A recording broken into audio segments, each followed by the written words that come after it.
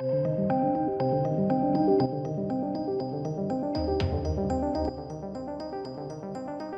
we got some pieces of news for you here today, ladies and gentlemen. Nicolas Cage to play as the Tiger King, Joe Exotic himself. Good God. Two names I'm fairly certain you never expected to hear in the same sentence, ever. But hey, now I've said it. Sounds like inspired casting, right? Yes, well that's a thing. That's what we're going to be taking a look at today, along with a fantastic film is getting a sequel, Extraction. Yes, a lot of people may not have thought that it was wholly original. Don't care. Toxically Masculine? Great. Absolutely fantastic. In terms of counter-programming? Epic. Bring it on. And it's been a success. Why? Well, counter-programming is great and it's getting a sequel. So we'll take a look at the details on that. And then something which is not too surprising, but Taika Waititi is directing a Star Wars movie. Not a surprise. This was long rumoured. I think a lot of people knew that this was going to be happening. But hey, it's now been confirmed for Disney Star Wars May the 4th, i.e. yesterday. Something which they wanted to do to try to get people on side. But we'll take a look at the backlash. Some people dislike it, some people like it, but we'll take a look.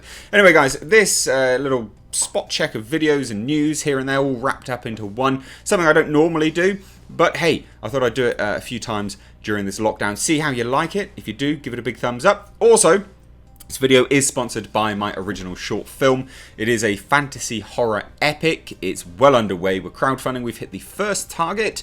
If you want to support an original intellectual property, because I know a lot of people are sick of reboots and remakes. If I'd started this video off with remakes, you'd all be bitching down below in the comments. So support an original short film. It's linked down below. Pledge your support for an original intellectual property. So let's get right into this video. Okay, so first things first, this is over on Variety. They have the exclusive here. It's an interesting turn of events because there's a few people working on this which seem to indicate that it's for Netflix. It doesn't look like it's for Netflix, not from what I can see. It looks like CBS Television have optioned this. They didn't option the series specifically. They optioned an article, and then it's being built off the back of an article, which is like some monthly thing. But we'll get into it because it's very interesting. There's a lot of really good names here. Nicolas Cage, for starters, can actually act. I know there'll be a lot of people going, what are you talking about? He can. A lot of younger people won't be familiar with him as an actor, as someone that can actually do things other than just batshit mental. But he can. He used to be in some very good stuff and then fell into complete obscurity. But he can act. And even if he can't act, can he play Joe Exotic? Yeah, absolutely. Of course he can. Now, the next really good thing here is the American Vandal showrunner. Now, if you haven't watched American Vandal, it's actually very, very funny. It's very, very good. Kind of dips in quality here and there. But overall, it's great. It's laugh out loud funny. Check it out. There's my hot recommendation, I guess, during this coronavirus lockdown. But check it out. I think you guys would like it. So there's some good names here. One of the negatives ones is CBS. CBS are very hit or miss with what they're doing recently, especially with respect to Star Trek. But Variety have the exclusive on this. Justin Kroll, not a bad name for exclusive, so I do genuinely believe it. Nicolas Cage is set to star in a scripted series centered on Joe Exotic, the subject of Netflix's docuseries Tiger King. Variety has exclusively learned. Now, the interesting thing about this, seems to me that CBS were well aware of what Netflix was doing because they optioned an article, right, which is Joe Exotic, A Dark Journey into the World of a Man Gone Wild, right? This is a monthly article by Leith Reigstad, butchered that name, but they optioned that in June. So it seems to me that they were well aware of what Netflix was up to with their docuseries. So, hey, good on them for snagging it.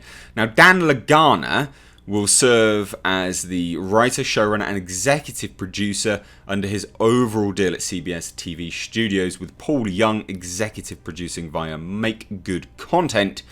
And imagines Brian Grazer and Sammy Kim Falvey will executive produce for Imagine. Cage will also executive produce via Saturn Films. Not a surprise there. Normally will have a hand in it. He wants a bit of a payback from that as well. And Scott Brown and Megan Crate will executive produce for Texas Monthly. A lot of hands in this, but I think a lot of people were just in it to make some money, obviously. I don't think they're going to be looking for creative control by the sounds of it. Now, like I say, it is interesting that it is based on a monthly article rather than anything else. So we can imagine or expect a subtle difference from the series that we had on Netflix, I believe, anyway. Now, the story itself obviously centers around Joe Schreibvogel, aka Joe Exotic, an eccentric exotic zookeeper in Oklahoma who fights to keep his park even at the risk of losing his sanity. The series will live in the lines then with Joe, explore how he became Joe Exotic and how he lost himself to a character of his own creation. So it kind of sounds a bit mockumentary, almost, you know? I think that's probably what we're going to be getting here, a bit of a mockumentary thing. It is interesting, though. Now, it says the role marks the first regular television role for Cage's career. He has long been praised for his film work, having won the Academy Award for Best Actor for Leaving Las Vegas and getting a nomination in the same category for adaptation. He is actually a good actor. He's not bad at all. He can do some really good stuff. He's just, like I said, falling into complete obscurity. Now, this show is the latest project to come out of Imagine and CBS TV Studios co-production and co-finance partnership. The partnership already includes Why Women Kill at CBS All Access. So it'll be interesting to see where this goes, because obviously it says at Paramount Network and Swagger at Apple. So where's this going to be going? Is this going to be on CBS All Access? Are they going to sell it to Netflix? Are they going to sell it to Apple? Where is it going? Now, this is the second announced scripted series about the bizarre world of Tiger King. The first scripted series was announced late year. Kate McKinnon is attached to star in and executive produce a series based on Wondery podcast Joe Exotic. So that everyone's cashing in on it. It makes sense. Why wouldn't it be? But it'll be interesting to see where this lands. I mean, you know, where is it? I'd really like Nicolas Cage casting on this. I'd love to hear your thoughts, though. What do you think? Good news? Bad news? Let me know down below in the comment section. Like I say, he can act. I'm down for this. I'm genuinely down for this. Now, Extraction is getting a sequel. I am super happy for this, but only if the director returns. Now, Joe Russo has closed the deal to pen a sequel to the Netflix action film, that's fine, but you must get Sam Hargrave back on board. You have to. He was staggering in the director's chair. If you haven't seen it, watch how he did the one-take car chase, strapping himself to the front of a car. Very, very good. Very, very good. Now, this is a Hollywood Reporter confirmation. Now, Joe Russo wrote the script for the first installment and produced it with his brother. So, you know, they're doing it in-house, but it has to be done by Sam Hargrave. Now, obviously, it says that Sam Hargrave, a Marvel stunt coordinator turned filmmaker, directed Extraction and could return for the follow-up. It's not confirmed. The only news we have is that they are making a sequel. Now, if he doesn't come back, you're not going to have the same style, because a lot of it was firmly down to Sam Hargrave. Now, again, when you're strapping yourself to the... Because a lot of people praise cinematographers, and that's fine. But when the director himself is holding the camera, strapping himself to the front of a car, unstrapping himself, do you know what I mean? Doing all these things, you know very firmly that it's down to Sam Hargrave how and why it looks the way it does. So you must get him back. If not, I don't think I'd be interested, and I don't think anyone else will be interested. But hey, it does go to show that ambiguous ending wasn't so ambiguous, and that yes, Rake was there with the little boy at the end. Now, obviously, if you haven't watched it, why are you tuning into a video about its sequel? I'm not gonna say spoilers now, am I? Let's be honest. And secondly, lastly, should I say, let's take a look. Taika Waititi, he's here. He's directing a Star Wars film. Now, he's not writing it, but he will obviously inject his witticisms in there, I'm sure. 1917 writer. I don't know why you would shout that, though, unless it's going to be a very serious film, because obviously 1917 wasn't exactly full of laughs or levity. So, sounds like it might be serious to some degree. Now, writer Christy Wilson Cairns will pen the script with Taika Waititi. Taika Waititi is officially headed to a galaxy far, far away. The filmmaker behind Thor Ragnarok and Jojo Rabbit will direct and co-write. Now, I like Taika Waititi. A lot of people dislike him. He wrote, I believe, or at least wrote some elements to The Mandalorian, and he directed The Mandalorian.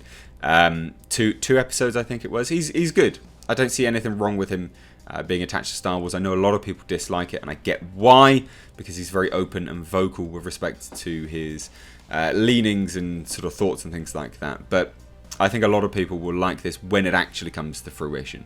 But this is not reason to suddenly go, oh, we love Disney, don't get me wrong, but not a bad pick. Not a bad pick at all. Now, there's no release date at all, which is set for the project, which was announced on StarWars.com to coincide, of course, with May the 4th, the unofficial holiday celebrating all things Star Wars. Now, Waititi, who won a screenwriting Oscar for Jojo Rabbit, good film, actually, has a lot of heart. I think you would enjoy that. It's not a bad film at all.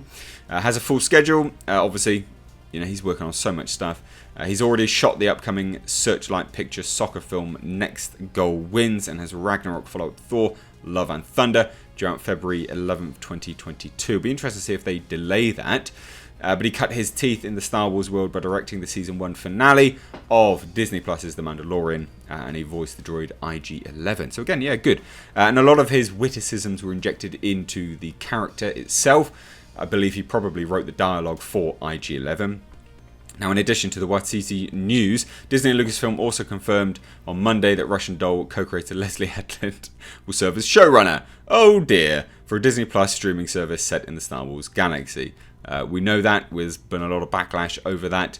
Not good. I don't think anyone's really interested in seeing her, getting involved in that, to be perfectly honest. Now, there's not too much else to get into here news-wise. I'm not going to cover the rest of the Star Wars news. We'll cover that in some separate videos. But what do you make of all of this stuff? Please do let me know down below in the comment section. If you're new here, like I said at the start, hit subscribe, hit like, and also make sure you turn your bell notifications on. But thank you so much.